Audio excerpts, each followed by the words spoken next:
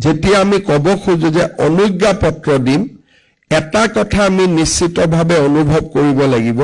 যে গভৰ্ণমেণ্টে কাকো আৰ্মছ নিদিয়ে বহুত ক্ষেত্ৰত মই সংবাদ মাধ্যমত বাতৰি দেখিছো যে গভৰ্ণমেণ্টে আগ্নেয়াস্ত্ৰ প্ৰদান কৰিব গভৰ্ণমেণ্টে কাকো আগ্নেয়াস্ত্ৰ প্ৰদান নকৰে গভৰ্ণমেণ্টে অনুজ্ঞাপত্ৰ দিব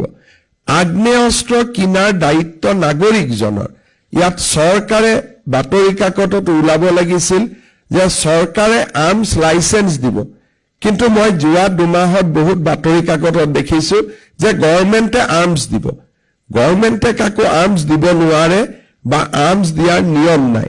আমি আৰ্মছ লাইসেন্স দিম আৰু আৰ্মছ লাইসেন্স দিয়াৰ আগতে